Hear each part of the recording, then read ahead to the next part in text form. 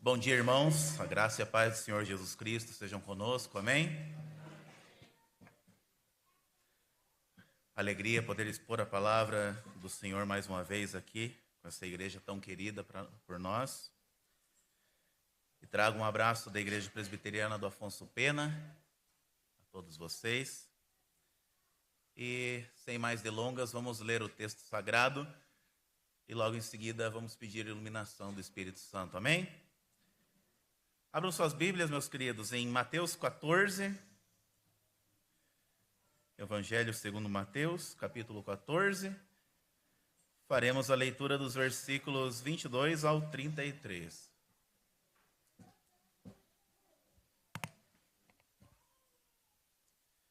Mateus 14, do 22 ao 33. A palavra do Senhor diz assim: Logo a seguir, Jesus fez com que os seus discípulos entrassem no barco e fossem adiante dele para o outro lado. Estou lendo na versão NAA, tá? Então, logo a seguir, Jesus fez com que os discípulos entrassem no barco e fossem adiante dele para o outro lado, enquanto ele despedia as multidões. E tendo despedido as multidões, ele subiu ao monte a fim de orar sozinho. Ao cair da tarde, lá estava ele só. Entretanto, o barco já estava longe, a fim de orar sozinho. Desculpe, me perdi na leitura aqui. Entretanto, o barco já estava longe, a uma boa distância da terra, açoitado pelas ondas, porque o vento era contrário. De madrugada, Jesus foi até onde eles estavam, andando sobre o mar. Os discípulos, porém, vendo andar sobre o mar, ficaram apavorados e disseram: É um fantasma! E tomados de medo, gritaram. Mas Jesus imediatamente lhes disse: Coragem, sou eu, não tenham medo. Então Pedro disse: Se é o Senhor mesmo, mande que eu vá até aí, andando sobre as águas. E Jesus disse: Venha. E Pedro, descendo do barco, andou sobre as águas e foi até Jesus. Reparando, porém, na força do vento, teve medo e, começando a afundar, gritou: Salve-me, Senhor! E prontamente Jesus, estendendo a mão, o segurou e disse: Homem de pequena fé, por que você duvidou? Subindo ambos para o barco, o vento cessou. E os que estavam no barco o adoraram, dizendo: Verdadeiramente o Senhor é o Filho de Deus. Vamos orar? Pai Santo, nós te louvamos e agradecemos pela sua palavra revelada. Te agradecemos pelo sacrifício do Senhor Jesus, pela sua obra redentora. E neste momento, Senhor, nós queremos entender mais acerca da sua revelação. Queremos pedir ao Senhor que o seu Santo Espírito nos conduza, nos ilumine e que nós possamos ser transformados pela tua palavra neste domingo, dia do Senhor. Esse é o nosso pedido, com o coração grato e contrito na tua presença, Deus. No nome de Jesus. Amém. Meus queridos, a gente está diante de um texto, então, que narra o momento seguinte à primeira multiplicação dos pães e dos peixes, ali no relato de Mateus. Então, havia uma população que estava com fome após ouvir por longas horas o Senhor Jesus pregando o evangelho da salvação, pregando a palavra de Deus. E, em um determinado momento, ele notou que essas pessoas estavam com fome, óbvio, naturalmente, né? Após horas, né, em um determinado local, fazendo alguma coisa, sem comer, a gente sente fome, né? Completamente natural. E aconteceu um milagre muito interessante, né, neste momento, no qual o Senhor Jesus, né, falou para trazerem o que tiverem de comida para dar àquelas pessoas. Temos poucos pães e poucos peixes, não tem problema, vai partindo aí que o resto eu resolvo. Então, e resolveu, não é mesmo? Foi o primeiro milagre de multiplicação ali naquele momento, e alimentou milhares de pessoas. Milhares. Então, aqui a gente vai ver no texto, logo em seguida disso, uma descrição da separação da presença de Jesus, em um determinado momento, de uma tempestade e de uma grande tensão, também de medo, restabelecimento da confiança em Cristo, de hesitação e adoração. O milagre aqui registrado, então, aqui neste texto que a gente acabou de ler, ele demonstra o caráter de Jesus em relação ao seu povo, o poder e a misericórdia do Senhor, bem como a combinação de fé e dúvida, tá? Que caracteriza até mesmo os seus discípulos que caminhavam com ele. Eles tinham fé, mas também duvidavam. E a gente vai ver o porquê que isso é natural, é comum para nós, né, pequenos, fracos e pecadores. Então, no texto a gente vai ver isso mais ilustrado. E começando então a comentar os versículos aqui, 22 e 23, logo a seguir, Jesus fez com que os discípulos entrassem no barco e fossem adiante dele para o outro lado, enquanto ele despedia as multidões. E tendo despedido as multidões, ele subiu ao monte, a fim de orar sozinho. Ao cair da tarde, lá estava ele, sozinho. Então, logo após essa primeira multiplicação de pães e peixes que eu comentei para vocês, Jesus, então, ele despede todo mundo e manda os seus discípulos pegarem o barco e irem, né, para o outro lado de Betsaida ali. Betsaida é uma região, uma cidade ali que fica às margens do Mar da Galileia. Então, ele mandou eles atravessarem ali. Não, vão para o outro lado. Mas é interessante que ele não fala assim, vamos lá para o outro lado. Não, ele os manda, dá uma ordem, vão, eles obedecem. Após isso, o Senhor Jesus despede as multidões. E o que ele vai fazer? Vai orar sozinho. Meus queridos, a gente tem que olhar para esses versículos, né? Porque a gente passa batido vendo somente uma descrição histórica na narrativa e a gente não nota essa ocasião tão importante, que é o Senhor Jesus saindo para se dedicar à oração. O próprio Deus, na pessoa do Filho, se dedica a orar.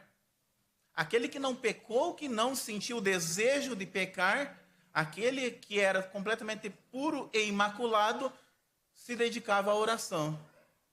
E o que a gente faz com a nossa vida? Não, depois eu tiro um tempo para Deus. Não, estou muito ocupado agora. Ocupado demais para Deus. Salvo engano, é o título de um livro. Tá?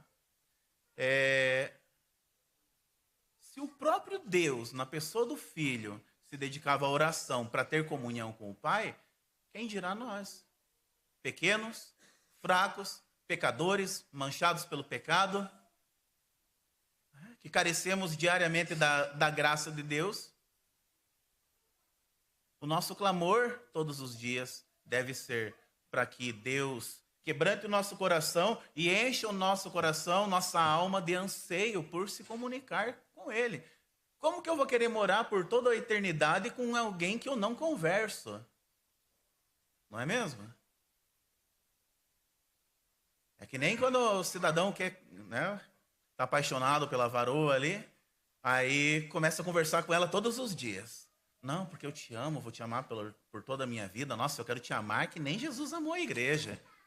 Aí, beleza, os dois casam. Mas para os dois teriam um diálogo dentro de casa, misericórdia. É cada um com o celular, com a cara de bobo, assim, né? E subindo o feed. Aí vem uma desgraça, aí vem uma piada, aí vem uma notícia, aí... e um não olha para a cara do outro. Ah, mas que amor que é esse, né? Mas a gente faz muito pior com Deus. Porque a gente está muito ocupado para orar 5 minutos que seja no nosso dia para falar com aquele que nos deu a redenção por meio de Jesus Cristo. Então aqui a gente vê o Senhor Jesus Cristo, então, se dedicando à oração. E isso deve encher o nosso coração de temor, porque se ele orava, a gente tem que fazer. A gente tem necessidades. E necessidades que só podem ser satisfeitas pelo Deus vivo. E no versículo 24, então, entretanto, o barco já estava longe. Então, o Senhor Jesus passou um certo tempo orando, algumas horas orando. O barco já estava longe, a uma boa distância da terra, açoitado pelas ondas, porque o vento era contrário. E vejam só que interessante, né? A gente tem mais um cenário em que os discípulos estavam em um barco e a natureza não parecia muito favorável a eles. Haviam fortes ventos em direção ao barco e as ondas vinham contra esse barco. Isso lembra o episódio de Marcos 4, do 35 ao 41, que narra a primeira tempestade que eles sofreram, né, que eles tiveram estando dentro de um barco, quando o Senhor Jesus acalmou os ventos e a tempestade com o poder da sua palavra. O Senhor Jesus estava dormindo dentro desse barco, neste episódio. Estava dormindo enquanto a tempestade fazia o barco ir para lá e para cá, e era onda para cá, onda para lá, e vendaval e tudo mais. E aí os discípulos: Senhor, não te importa que pereçamos? Aqui, ó, tá um perigo e o Senhor está dormindo. Calma aí. Vento se aquietem, tempestade acabe. E pronto, cessou, acalmou. Daí por isso no final do parágrafo, então, a gente vê os discípulos admirados falando assim: meu Deus, quem é este que até os ventos e a tempestade controla? E aqui a gente está vendo um episódio que ocorre alguns dias ou meses após isso. E é legal que esse trecho de Marcos, na primeira vez que eu preguei para vocês, que Deus me deu essa oportunidade, lá em 20 de novembro de 2022, viu? Memória boa, hein? Foi o primeiro texto que eu preguei aqui com vocês. Era lá na sala de aula ainda. Aí, por isso que noto que tem bastante carinha nova cada vez que eu venho aqui, e dou glória a Deus por isso. Então a gente vê esse cenário, e já nota-se que o comportamento dos discípulos está diferente, porque a gente não vê no texto eles desesperados mais, né? De tipo, aí agora vamos tudo morrer. Tá dando um monte de vento, as ondas estão batendo aqui no barco. Vai todo mundo morrer, não? Agora está aparentemente mais tranquilo. E no versículo 25, de madrugada, Jesus foi até onde eles estavam, andando sobre o mar. E a gente tem uma nova colocação no cenário. Aqui o roteiro muda. A gente vê o milagre da multiplicação dos pães e dos peixes. E agora a gente vê o texto nos dizendo que Jesus estava andando sobre o mar. Então, algumas horas em meio ao tormento dos fortes ventos e ondas, Jesus aparece a eles, andando sobre a água, caminhando tranquilamente. E vejam só, o texto não falou que os ventos e as ondas tinham parado. Até então. Então, o Senhor Jesus andando tranquilamente, em meio às ondas, em meio ao vento, e andando ali, suavemente. Algo muito importante que a gente tem que observar nesse versículo é que nós temos um Salvador que não é capaz apenas de acalmar os ventos e as tempestades, mas também de usá-los ao seu favor como caminho para os seus pés. Em meio às turbulências da nossa vida, a gente tem que pensar que o Senhor Jesus pode usar isso como um caminho para os pés dele, para se chegar até nós. Por isso, a gente tem que descansar. Mas olha, ele é todo poderoso, é majestoso. Ele derrama a sua ira quando necessário. Sim, e a gente tem que descansar nisso. Porque o poder de Deus na nossa vida é motivo de descanso. Porque nenhum inimigo, nenhuma consequência ou catástrofe vai nos arrebatar do amor de Deus, que nos uniu a Ele através de Cristo Jesus.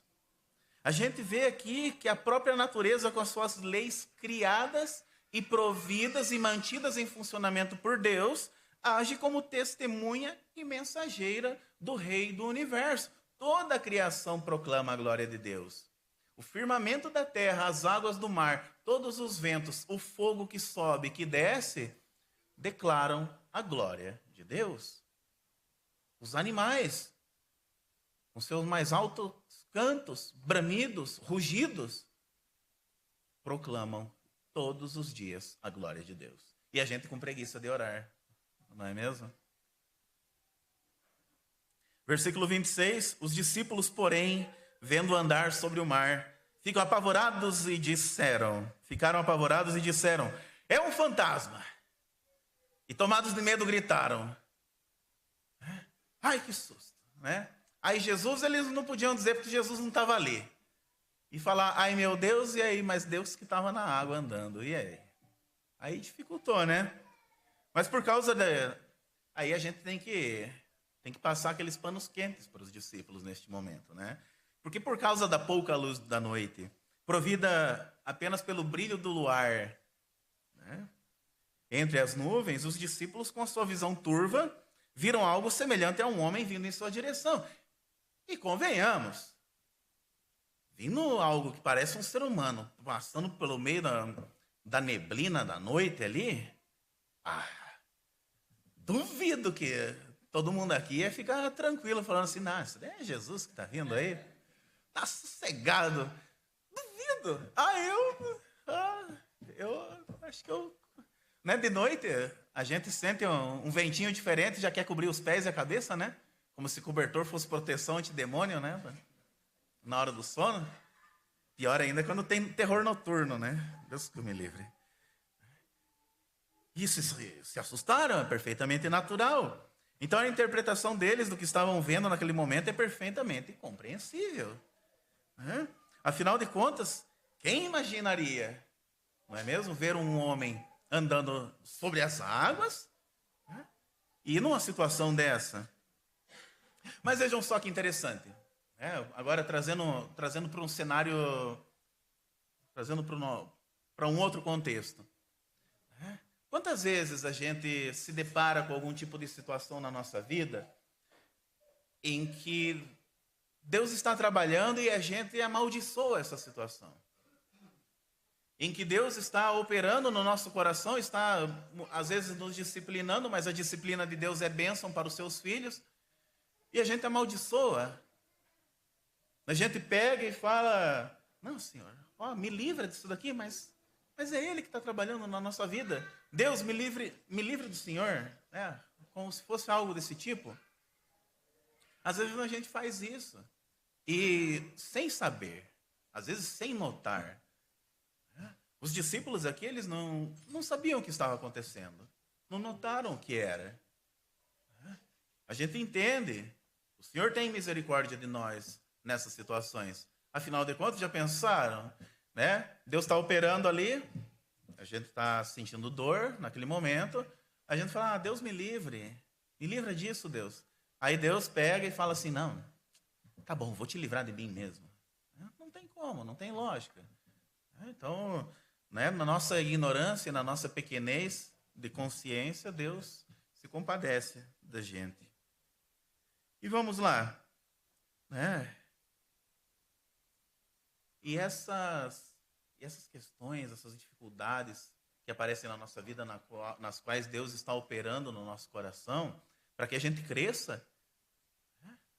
Porque a gente tem que crescer. A cada momento na vida do cristão deve ser um momento de crescimento.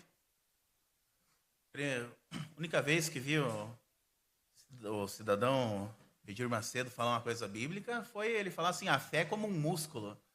Né? Se você não exercitar, né? Atrofia. Verdade, glória a Deus. Né? Só daí depois falou assim, agora exerça sua fé abrindo a carteira, daí está amarrado no nome de Jesus. Né? Mas vamos lá. Então a gente vê que essas coisas contribuem para o bem daqueles que amam a Deus. Paulo vai falar isso em Romanos 8, 28 ao 29. Sabemos que todas as coisas cooperam para o bem daqueles que amam a Deus, aqueles que são chamados segundo o seu propósito. Mas que coisas? Todas as coisas boas e ruins. Porque tudo deve nos prover crescimento dentro da nossa fé. Não vem, Jó? Como Jó cresceu em maturidade? Infelizmente, tem pessoas que são Jós na vida. E faz parte. Os mistérios insondáveis de Deus estão aí. E a gente tem que ter sabedoria para lidar com eles. Pois aqueles que Deus de antemão conheceu, Ele também predestinou para serem conformes à imagem de seu Filho. Ué, o que o filho dele teve que passar? E para sermos conformados à imagem do filho dele, a gente vai ter que passar por tribulações. A gente vai ter que passar pelas tempestades da vida. A gente vai ter que passar pelo medo, muitas vezes, para que a gente aprenda a confiar, para que a nossa fé seja exercitada como um músculo, não é mesmo? Para ficar uma fé saudável, uma fé forte, firme e bem resolvida. No versículo 27, muda o cenário então, mas Jesus imediatamente lhes disse: coragem, sou eu, não tenham medo. Opa, então peraí, não é um fantasma, afinal de contas. Está falando, não está querendo levar nossa alma para o inferno, não está querendo puxar nosso pé de noite, né, para fora da cama. Coragem, sou eu, não tenham medo. Diante do medo dos seus, Cristo imediatamente diz: coragem, sejam fortes e corajosos, Ele é o Rei e Senhor. Diante do medo dos seus, Cristo imediatamente conforta os seus, dizendo: sou eu. Sou eu, o grande eu sou, na pessoa do Filho. Está ali naquele momento, falando: sou eu, é Deus que está aqui com vocês. Podem ficar em paz, tenham coragem, sou eu. Diante do medo dos seus, Cristo diz: não tenham medo. Não tenham medo. E quantas vezes na nossa vida a gente parece um bando de ratinho de laboratório assustado, sendo covardes. Não, porque vejam só, agora a lei do Estado diz que o cristão não pode falar isso, isso, isso e aquilo. Mas é um princípio bíblico, eu tenho que pregar isso daí. O Estado não é ninguém para definir o que eu posso falar e o que eu não posso falar. O Estado não é Deus, o governo não é Deus. Os presidentes, deputados e senadores não são Deus, os juízes não são Deus. Tudo o que na lei dos homens se parece com a lei de Deus é porque eles retiraram da lei de Deus e aplicaram dentro da lei dos homens. Nada, nenhuma lei moral, nenhuma lei ética foi fundada direto da cabecinha do ser humano. Claro, aquilo que está de acordo com a lei de Deus. Aquilo que não está de acordo, daí veio do coração pecaminoso e sombrio do ser humano. Ok? Então, a gente não tem que ser medroso na nossa vida. Por isso o Senhor diz: coragem, sou eu, não tenham medo. Deve ser muito encorajador para nós ouvir e ler nas Escrituras várias vezes o Senhor dizendo: não tenha medo aos seus.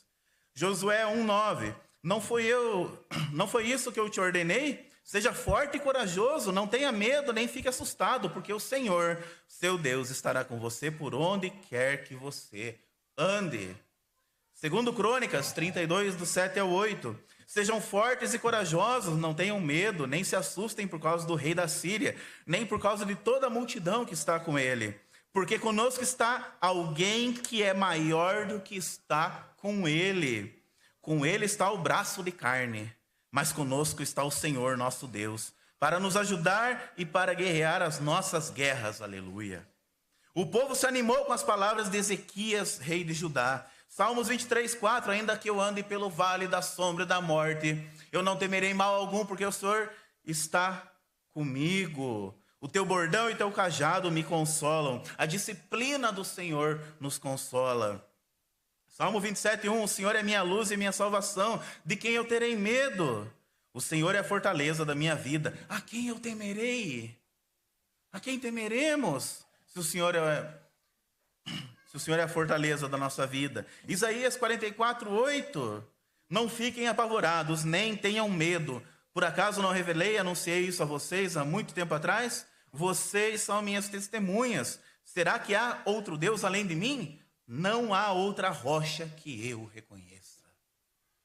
Estão vendo? As próprias Escrituras estão nos dizendo, o Senhor está nos dizendo através da sua Escritura, inspirada por Ele: não tenham medo. João 14:27, deixo com vocês a paz. A minha paz lhes dou. Não lhes dou a paz como o mundo dá.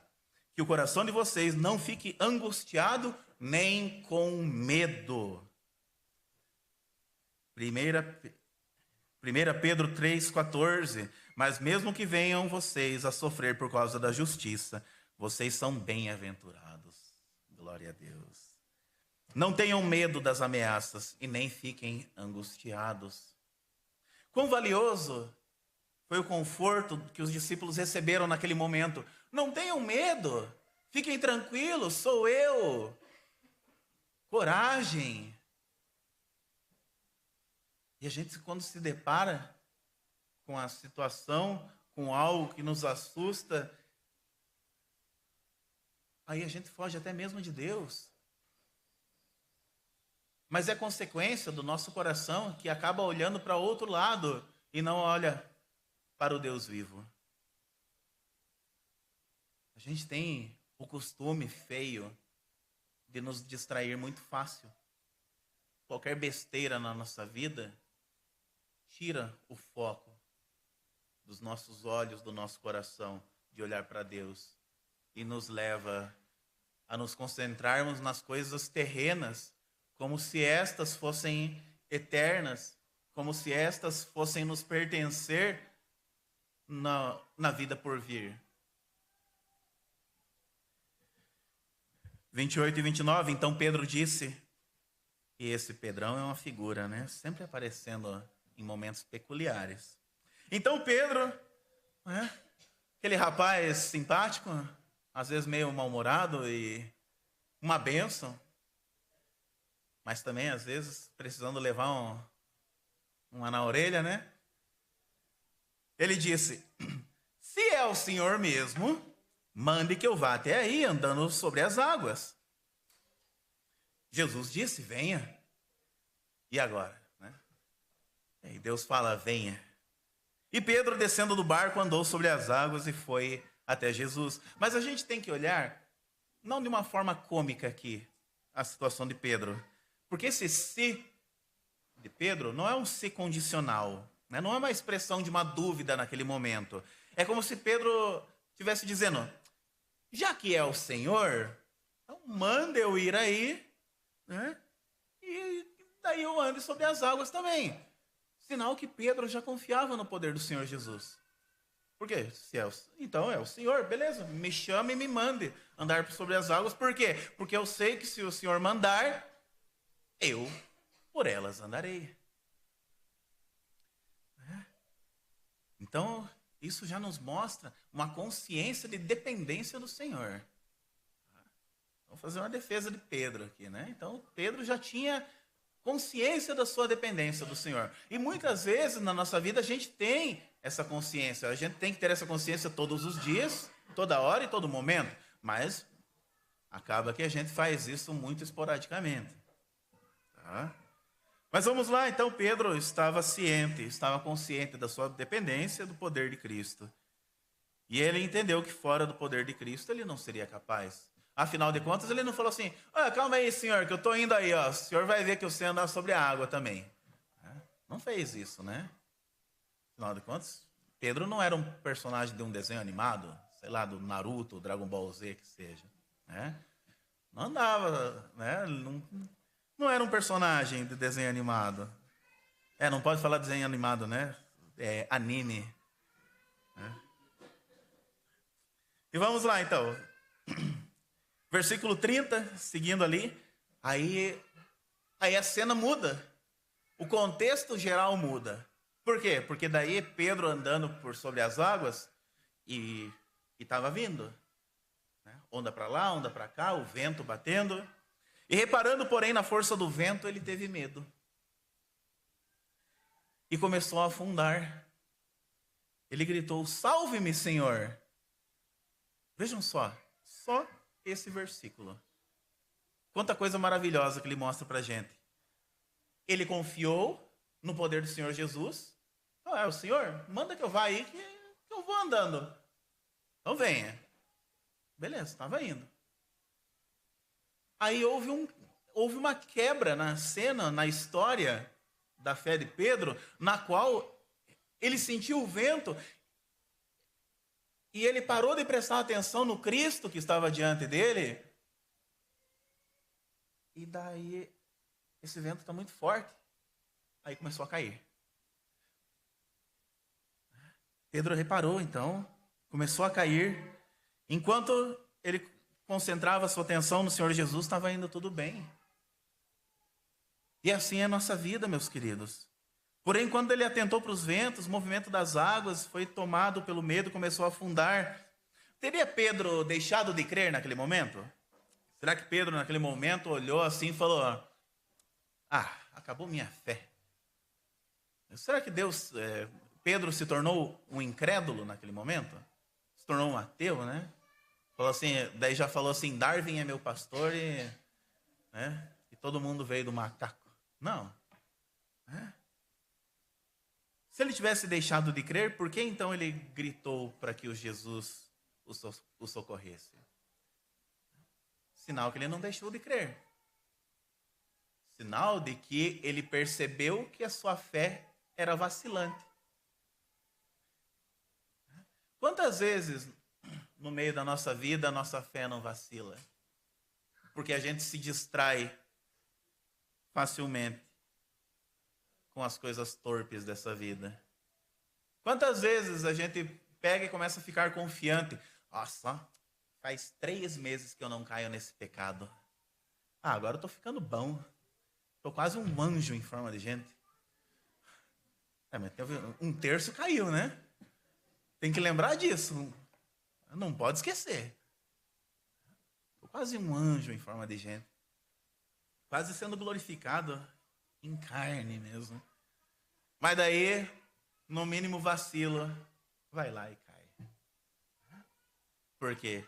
Porque a fé foi vacilante. Porque se sentiu confiante demais. Parou de olhar para o Redentor e passou a olhar para si. É isso que acontece com a gente. É isso que o texto está nos mostrando. E prontamente Jesus, versículo 31, prontamente Jesus, estendendo a mão, o segurou e disse: homem de pequena fé, por que você duvidou? Então, Pedro não se tornou incrédulo, mas a sua fé era pequena e foi vacilante naquele momento. E o que aconteceu? A força do vento o distraiu em relação ao seu olhar para o Rei dos Reis e Senhor dos Senhores. Homem de pequena fé, por que você duvidou? Falando de forma simples, não teria sido necessário para Jesus estender a sua mão para salvar Pedro. Jesus poderia simplesmente falar assim: sobe aí, né? Água, comporte Pedro aí, sobe Pedro de novo, que daí ele mantenha ele sobre você, como se você fosse um chão firme. Jesus poderia simplesmente falar isso. Mas o que ele fez? O método utilizado pelo Senhor aqui não foi totalmente tranquilizador. Em vez dele simplesmente falar sobe de volta, o que ele fez? Puxou pela mão. Ele é o rei que puxa a gente pela mão quando a nossa fé é vacilante. Ele é o rei que resgata a gente no momento em que a gente está prestes a desviar da nossa fé, a decair, às vezes até mesmo a expor a vergonha. E ele vem e nos puxa pela mão novamente. No maior pavor da vida daquele homem, ele gritou por socorro. E o rei puxou ele pela mão. Não foi uma demonstração de carinho ali da parte do Senhor Jesus, para que Pedro se sentisse amado e cuidado? Quantas vezes na nossa vida, meus queridos, a gente está com a nossa fé desfalecendo e vem o Senhor Jesus, nos arrebata pela mão, nos puxa para a sua santa presença, conforta o nosso coração, nos tira, nos limpa de todo medo. Como é bom ser amado dessa forma, queridos. Como é maravilhoso. E aquele homem provou deste amor cuidadoso, desse Deus pessoal.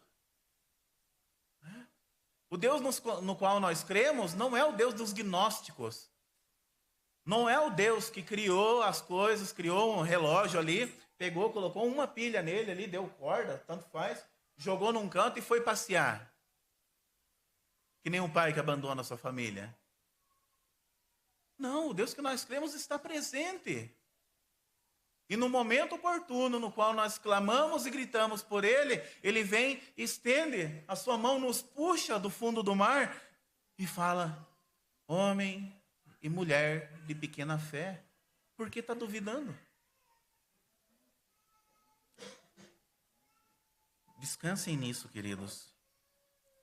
Jesus chama Pedro de homem de pequena fé, mas ele não foi um incrédulo. Ele foi vacilante com a sua fé. A dúvida e a hesitação haviam penetrado o coração daquele discípulo. Isso porque um instante, diante de uma situação maravilhosa, às vezes tudo está indo bem, e mesmo quando está indo bem, a gente presta atenção em outras coisas, porque nos distraímos muito fácil. E o que acontece? Vem o rei e nos puxa pela mão. Versículo 32, subindo ambos para o barco, o vento cessou. Daí a gente pensa, né? Pô, Jesus, mas podia ter parado o vento antes, né? Aí Pedro podia ter chamado até os outros discípulos para irem bater uma bolinha em cima da água ali. Falar assim, não, vem todo mundo aí, tá ok, tá tranquilo. Não. Nem pensar. Então, depois que eles subiram para o barco, o vento cessou.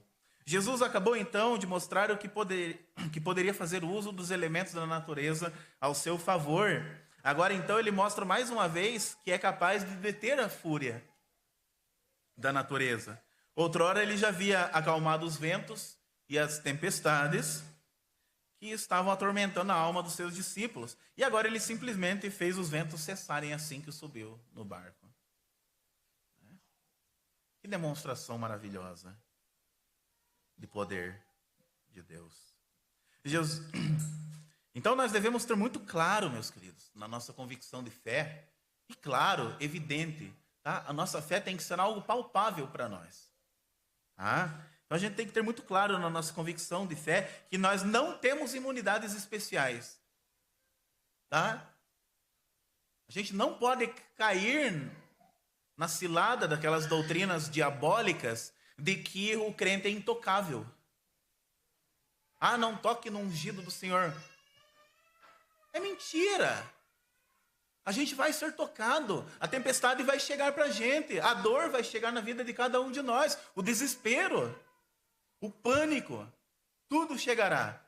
Jesus falou, no mundo tereis aflições. Mas, não se preocupem, eu venci o mundo. Glória a Deus. E a gente tem que descansar nisso. A gente não pode pensar que somos imunes. Deus nos livra nas tempestades, mas não nos livra das tempestades. Isso porque a vida cristã não é uma sala VIP. Agora tem até a igreja com espaço VIP, né? Ah, misericórdia. Essa gente vai pagar muito caro no juízo final. Por brincar de ser Deus. A vida cristã não é uma sala VIP, nem um parque de diversões. Com as coisas que dizem respeito à nossa fé, à nossa vida com Deus, a gente não pode levar na brincadeira. Deus não é um carrinho de rolimã que a gente sobe nele e vai rodando. Deus não é uma bicicleta que a gente pode fazer manobras radicais ali e brincar à vontade. Deus não é um videogame no qual a gente pode desbloquear superpoderes nos personagens e ele agir conforme nós queremos. Não, negativo. Deus é Senhor e soberano sobre a nossa vida. A nossa vida, a vida cristã, a vida como um todo, não é um parque de diversões, nem uma sala VIP. Então não fiquemos desanimados por causa das tempestades da nossa vida, queridos. Não vamos desanimar. É normal ficar triste, tá bom? Eu não estou falando que a gente não pode ter emoções diante das situações. Ah, estou contente nesse momento, estou sorrindo. Alguém falou algo engraçado, eu achei graça, eu sorri. Ah, aconteceu algo ruim, eu me entristeci. Não, eu não estou dizendo isso. Tá? A gente não pode se desanimar na nossa fé. porque Deus não nos abandona em nenhum momento. As tempestades, elas podem ser inesperadas para nós. Afundar no mar é algo completamente inesperado para nós. Afinal de contas, a gente não sabe em que momento da nossa vida vamos afundar. Não é mesmo? Para Pedro estava tudo tranquilo. Estava tão tranquilo que ele se distraiu e caiu. Tem uma música muito ruim, que eu já devo ter falado dela aqui. Nossa, eu detesto essa música, gente. Me perdoe quem gosta. Mas o acaso não vai me proteger enquanto eu andar distraído. Tá? Quem vai me proteger é o Senhor Jesus Cristo. O Deus vivo. Que vai me puxar pela mão quando eu estiver caindo no mar. Então as tempestades, elas podem ser inesperadas para nós. Mas não é para Deus. Elas podem estar fora do nosso controle, mas não fora do controle do Deus Altíssimo. A gente pode não entender a razão de muitas delas. Às vezes são causadas por nós, às vezes são permissão de Deus, às vezes Deus quer aplicar alguma disciplina na nossa vida. E a gente tem que estar aí, firmes, focados, para que a nossa fé não vacile e a gente não torne a ficar se afundando. Mas as provações, meus queridos, elas são instrumentos pedagógicos nas mãos do Senhor. Fala sério, quando está tudo bem, é tão difícil da gente crescer, né? A gente dá pouco valor para quando está tudo bem. É como no casamento, está tudo indo tranquilo. Aí a gente não percebe a preciosidade que é a vida daquela pessoa que está do nosso lado. Aí precisa acontecer algo completamente ruim na vida da pessoa amada, para daí a gente perceber, meu Deus, como eu amo essa pessoa. Viu? Declaração de amor. Glória a Deus. E a gente não precisa esperar. Só que pelo bando de vacilão que a gente gente espera acontecer algo de ruim. Para clamar a Deus, a gente espera tudo estar desabado. Muitas vezes a gente age como o homem que construiu a sua casa sobre a areia. Veio a tempestade e fez o quê? Derrubou. Derrubou, porque não tinha fundamento. Não estava firme. Raras vezes na nossa vida a gente é prudente como o homem que construiu sua casa sobre a rocha. E é isso que tem que ficar no nosso coração. É disso que a gente tem que lembrar. Não é pressão psicológica, meus queridos. É um clamor. É um clamor de um irmão que ama vocês. E a palavra de Deus está aqui para demonstrar o amor de Deus estendido a vocês nessa exposição. E a cada um de nós. A começar por mim. Não é pressão psicológica isso. Isso é uma preocupação. Para que a gente se mantenha firme na fé. Como é triste ver a queda de muitos irmãos. Como é triste. Embora Deus os levante novamente, ainda assim é triste. Porque a gente não quer que a pessoa sofra demasiadamente. Na verdade, a gente não quer que sofra de forma nenhuma. Então a gente tem que estar constantemente em vigilância com a nossa fé, queridos. Em versículo 33, os que estavam no barco adoraram, dizendo: verdadeiramente o Senhor é o Filho de Deus. Então o texto termina com um gesto de entrega e adoração ao único e verdadeiro Rei e Senhor de todo o universo. O texto termina com a confissão. E confissão esta que deve ser enraizada no nosso coração. Verdadeiramente o Senhor Jesus é o Filho unigênito de Deus que se entregou por cada um de nós. Nos fez seus irmãos, nos deu o direito de adoção por meio do seu sangue. E por causa disso nós podemos clamar ao Deus vivo, Abba, Pai. É esse Deus que cremos, é este o Rei que nos puxa pela mão. É este o Rei que nos tira da miséria, que nos leva para a sua maravilhosa luz. A nossa posição de Cristo, diante de Cristo, deve ser esta, de adoração e confissão do seu senhorio diariamente sobre nossas vidas. E algumas considerações para encerrarmos. Jesus reconhece, queridos, isso daqui foi dito pelo John Riley. Jesus reconhece as debilidades daqueles que lhe pertencem, demonstrando grande paciência para com eles. Ele quer que saibamos que a dúvida não prova que uma pessoa não tem fé, mas somente que esta fé é pequena. Mas mesmo quando a nossa fé é pequena, o Senhor está sempre pronto para nos ajudar. E ele cita o Salmo 94:18 aqui: quando eu digo, resvala-me o pé, a tua benignidade, Senhor, me sustém. Quando eu tropeço, quando meus pés tropeçam, a tua bondade, Senhor, me sustém. Então é impressionante, queridos, como tantos crentes, tantos de nós vivemos essa experiência. Quantos de nós conseguimos dar o primeiro passo em direção a Cristo? Quantos de nós somos, tem as tipologias de Jesus durante a história da revelação de Deus? E aqui nós somos os tipos de Pedro, não é mesmo? Quantos de nós conseguimos dar o primeiro passo em direção a Cristo? O primeiro passo ali sobre as águas. Mas acabamos tropeçando logo adiante. Basta que surjam as provações, os perigos no caminho, e logo nós nos assustamos e somos paralisados pelo medo. Na minha fé, eu vou só até aqui, porque se eu der mais um passo, eu vou ter que mudar isso no meu coração, na minha vida, para continuar sendo edificado, e eu tenho medo do próximo passo. Eu tenho medo porque eu não quero afundar. Eu tenho medo porque pode ser que eu não resista. Eu tenho medo porque eu não quero crescer. Quantas vezes a gente já fugiu de crescer na fé?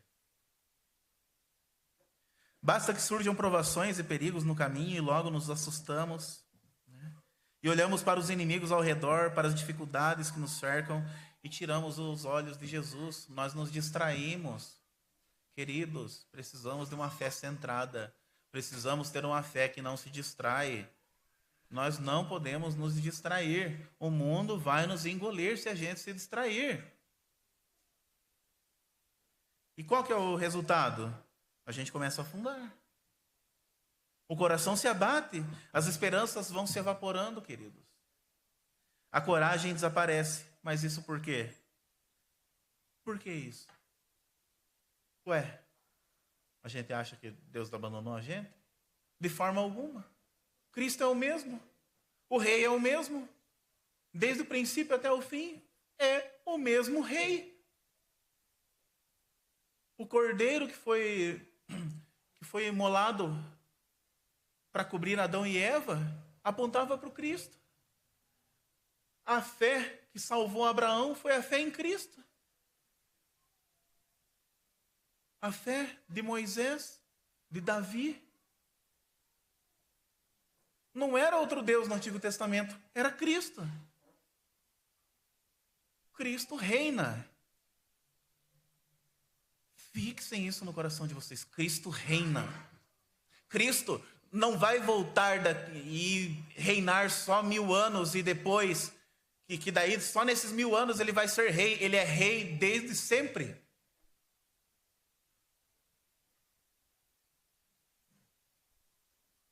Cristo é rei desde sempre.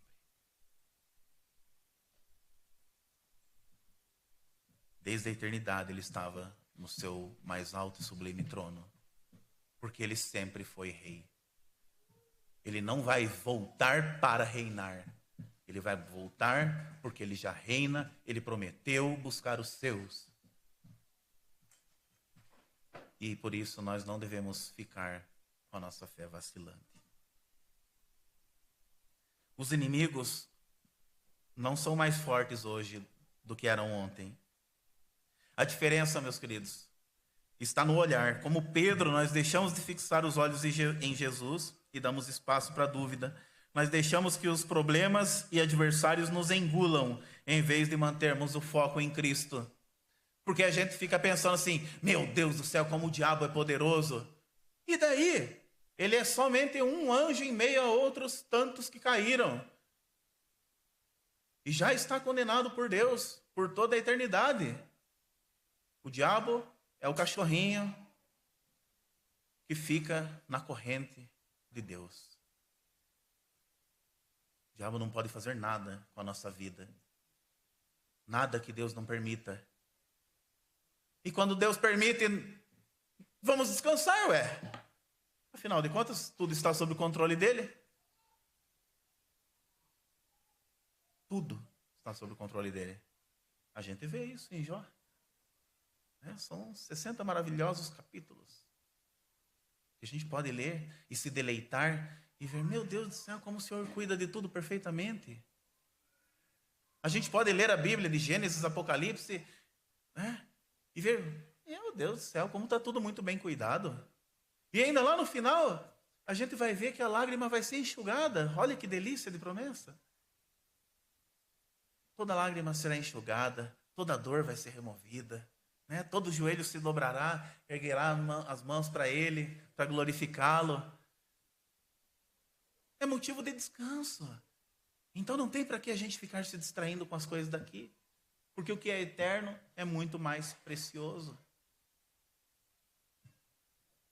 E que essa exposição, meus queridos, toque profundamente o coração de cada um de nós. Para que nós possamos aprender a verdadeira sabedoria da palavra de Deus e seguir em fé seguir em frente com uma fé vibrante, com uma fé preciosa, uma fé bonita, uma fé forte e um coração que não se distrai com as coisas desse mundo. Amém? Vamos orar? Senhor Deus, nós te louvamos pela sua palavra exposta. E te agradecemos, Senhor, porque o seu Filho, o nosso Rei amado, aquele que é soberano sobre toda a criação, aquele que nos tirou da morte e nos trouxe para a vida, Pai, Ele nos puxa pela mão. Pai, nos perdoe, Senhor, pela nossa fé vacilante, por nossa fé, Senhor, que é pequena. Nos perdoe por não cuidarmos da forma adequada do nosso coração e nos distrairmos com as coisas desse mundo que são temporais. Nos perdoe, Pai, porque a gente tem um coração tão preguiçoso que mal dedicamos minutos do nosso dia para falar com o Senhor. Nos perdoe, Pai, porque mesmo sabendo, tendo convicção de que Tua palavra é a verdade e que o Senhor é aquele único capaz de nos livrar da queda, nós ainda vamos lá e caímos porque nos distraímos. Deus, nos aumente a concentração, Pai. Nos aumente, Pai, a reverência na Tua presença. Nos aumente a fé, Pai. E quando estivermos passando por tribulações, que não sejamos distraídos, porque sabemos, Pai, que o Senhor está conosco. Não permita, Senhor, que nós nos distraiamos.